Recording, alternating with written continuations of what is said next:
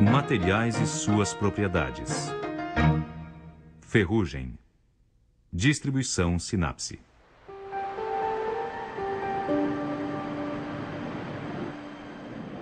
Este vídeo mostra o que acontece quando um navio fragmenta-se no mar. As placas de metal vão literalmente se desintegrando. A carga e o combustível são perdidos.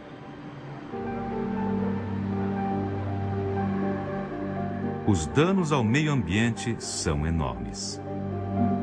Milhares e milhares de libras de navio começam a afundar.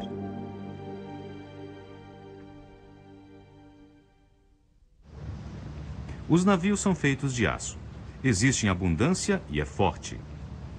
Só há um problema: enferruja, tornando-os porosos, frágeis e perigosos. Os desastres no mar podem ser reduzidos ao mínimo se nós compreendermos por que o aço enferruja. Uma pesquisa é preparada para se descobrir se é por causa da água, do sal do mar ou talvez do ar.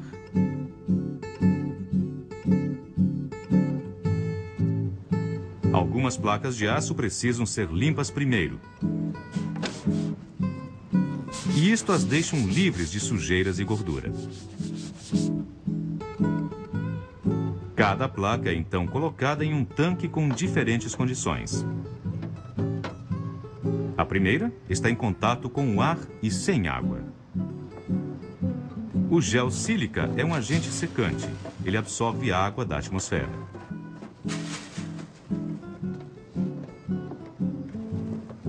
Um pedaço de filme aderente sobre o tanque impede a entrada de umidade. Já pode pegar a água. Tá. A água contém uma pequena quantidade de ar. A fervura elimina o ar. Sendo assim, a segunda placa está na água, mas sem ar. Vamos cobrir com óleo. Por que é importante cobrir a água deste tanque com uma camada de óleo?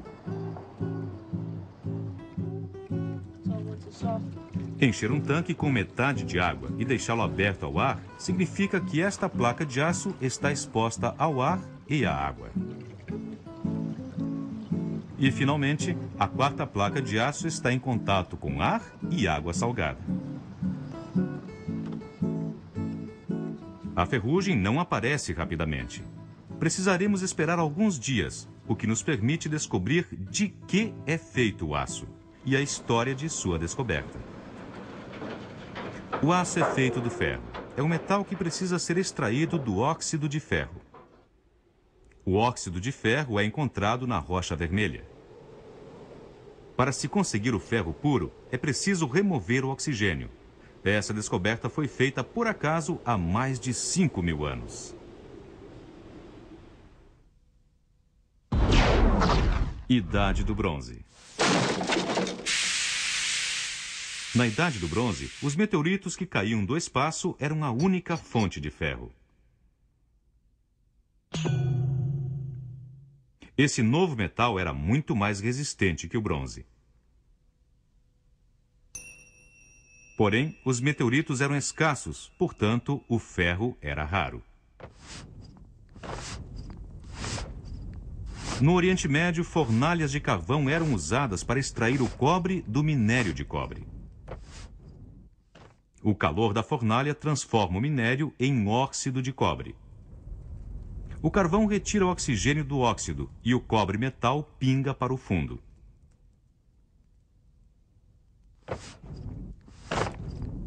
Adicionar torrões de rocha vermelha do local ajudava a remover as impurezas.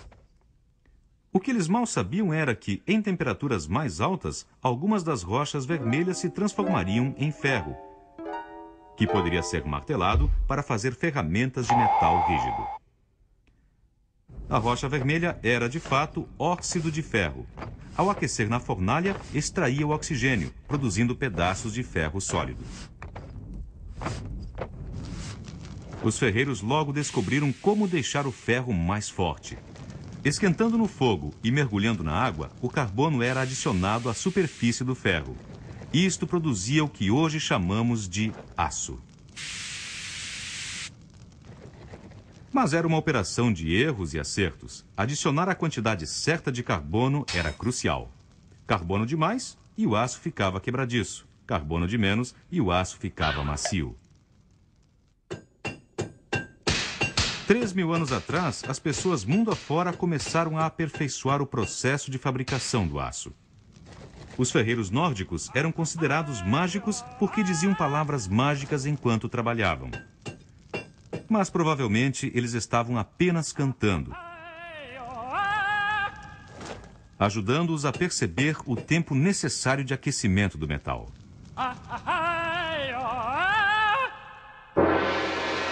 O segredo de martelar, que ajuda a transformar ferro em aço, chegou a todos os cantos do mundo. A teoria era: a prática faz a perfeição. Na África, eles construíram fornalhas onde o equilíbrio correto de carbono e ferro fez pensar que o aço poderia ser feito diretamente do minério de ferro. Mas era difícil conseguir aço perfeito. Hoje, produzir aço é um grande negócio. O processo foi refinado, garantindo que a quantidade certa de carbono seja sempre adicionada.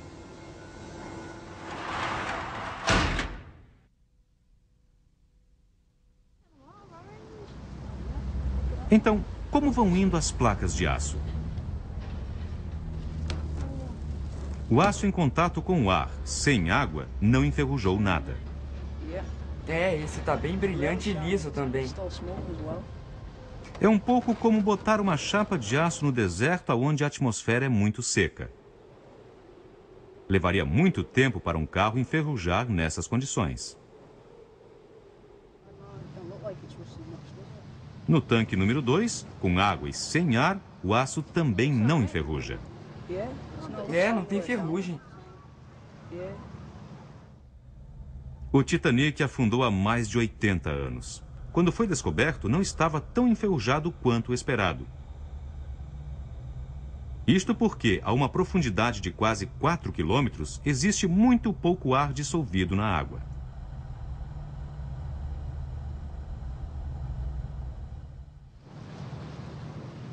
No terceiro tanque, a placa de aço em contato com ambos, ar e água, está muito enferrujada. É o ferro que está reagindo com o oxigênio do ar e da água para formar o composto laranja que chamamos ferrugem. Uma imagem do microscópio eletrônico mostra a ferrugem aumentada 5.000 vezes. Parece uma esponja. São esses espaços de ar que fazem a ferrugem tão frágil e esfarelenta. Tá realmente enferrujado. Acrescentando-se sal na água, acelera-se o processo da ferrugem.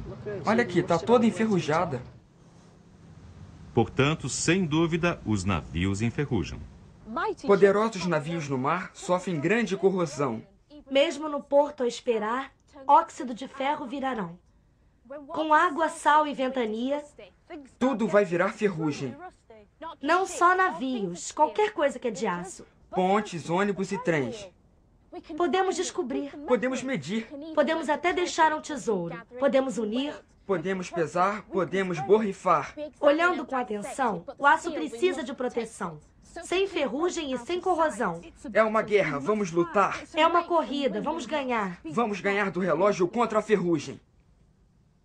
A nossa batalha contra a ferrugem é primariamente para retardá-la. Podemos conseguir isso protegendo o aço do oxigênio e da água. A cada 2 anos, navios como este são trazidos para o estaleiro. Qualquer placa de ferrugem precisa ser removida e a proteção renovada. Bom dia, Pat. Bom dia, Tony. Como vai? Bem, Vamos dar uma olhada nesta parte seca. Eu estou um pouco preocupado com as áreas de grande corrosão, como essa mancha aqui. Primeiro vamos lavar todo o navio com jatos de alta pressão. vamos aplicar uma demão de selante e depois a tinta. A camada final laranja? Sim. Quanta tinta você acha que vai usar nesta parte aqui? 250 litros por demão na parte de cima e mais ou menos 500 litros por demão para a parte de baixo d'água. Certo. Bem, vamos organizar tudo hoje e depois pegamos no trabalho.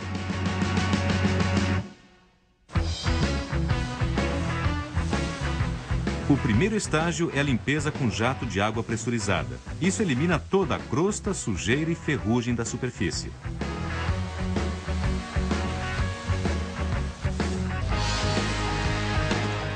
Mas um pouco de ferrugem penetra fundo no aço. Isso tem que ser removido com lixa.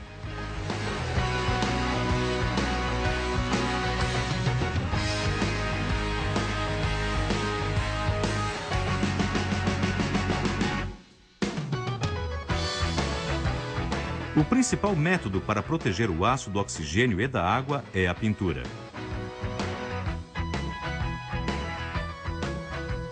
É preciso uma primeira demão.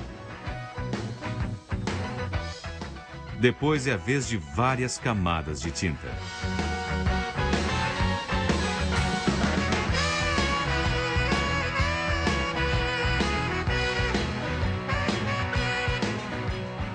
23.000 litros de tinta depois e o Joe Ebony está finalmente pronto para enfrentar os mares de novo.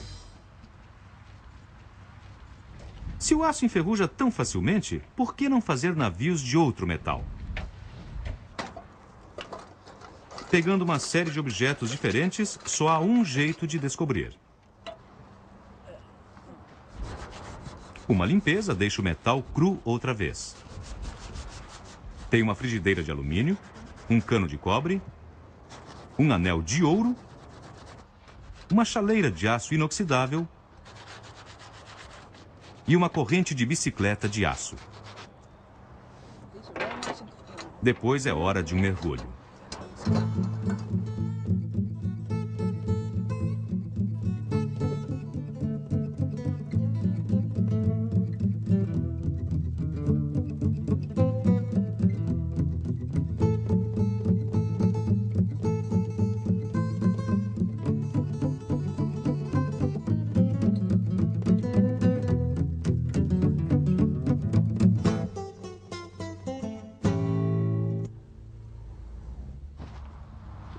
Quatro dias depois, e está na hora de pescar os resultados. Primeiro, o anel de ouro. Olha só, tá igualzinho. Vamos ver os outros. Ele não mudou. O ouro é um metal não reativo, mas não é alternativa para o aço. É muito macio e caro demais. E a chaleira? Também não se alterou. O aço inoxidável parece ser uma boa alternativa para o aço comum. Ele é feito acrescentando-se uma pequena quantidade de cromo durante o processo de produção do aço. Isso impede a ferrugem. Mas o aço inoxidável é muito caro. E simplesmente não existe cromo suficiente no mundo para se construir com ele navios e pontes. A frigideira de alumínio parece muito mais opaca. Perdeu toda a suavidade. Não está mais lisinha. O cobre começou a esverdear.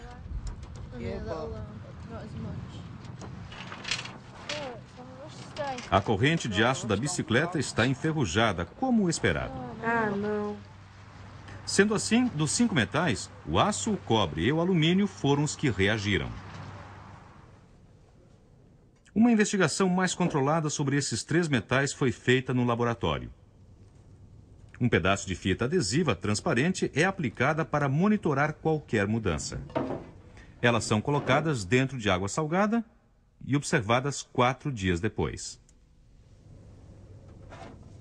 Olhando o alumínio, a área coberta com a fita continua brilhosa, não mudou nada. O resto está opaco.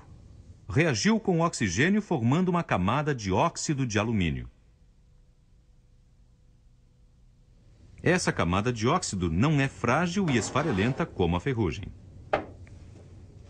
De fato, o alumínio é uma das melhores alternativas ao aço, mas é muito caro. Só é usado na produção de objetos cuja principal preocupação seja o peso.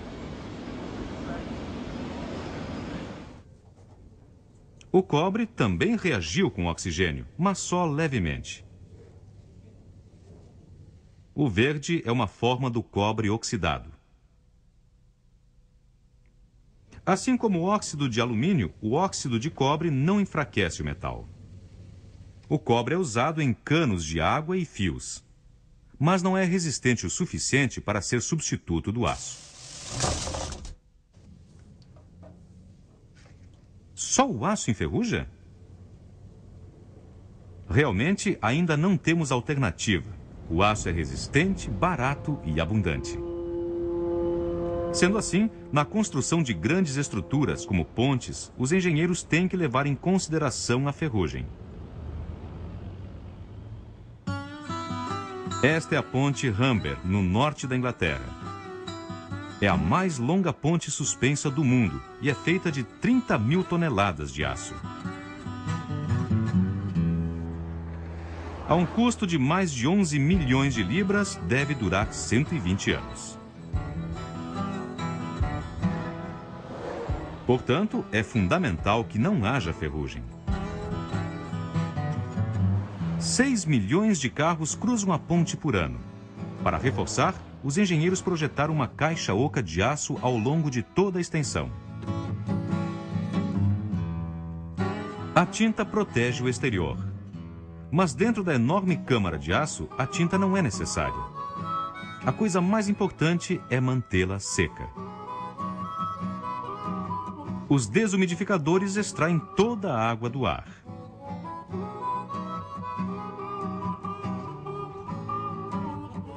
A ponte é sustentada por milhares de cabos de aço suspensos. Estes são protegidos por um processo chamado galvanização. O aço é revestido com uma camada protetora de zinco. O zinco reage com o oxigênio e forma o óxido de zinco, uma substância forte que aumenta a proteção. A ponte tem que ser pintada de tempos em tempos. Suas formas retas facilitam. Mas uma inspeção diária dos componentes de aço também é necessária.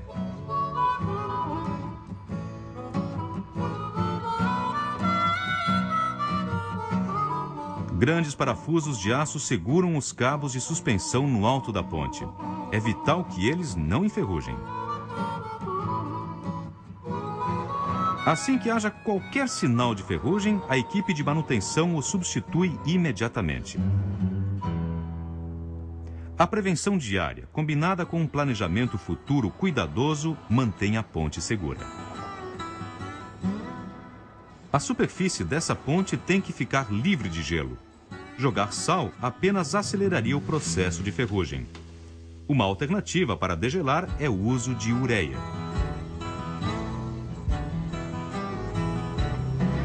Todos esses esforços combinados fazem da ponte Humber uma zona livre de ferrugem. Ao contrário da ponte Fort Rail, na Escócia.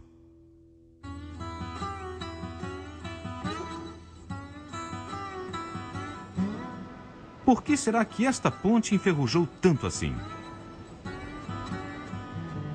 O que se pode fazer para livrar as pontes e os navios da ferrugem?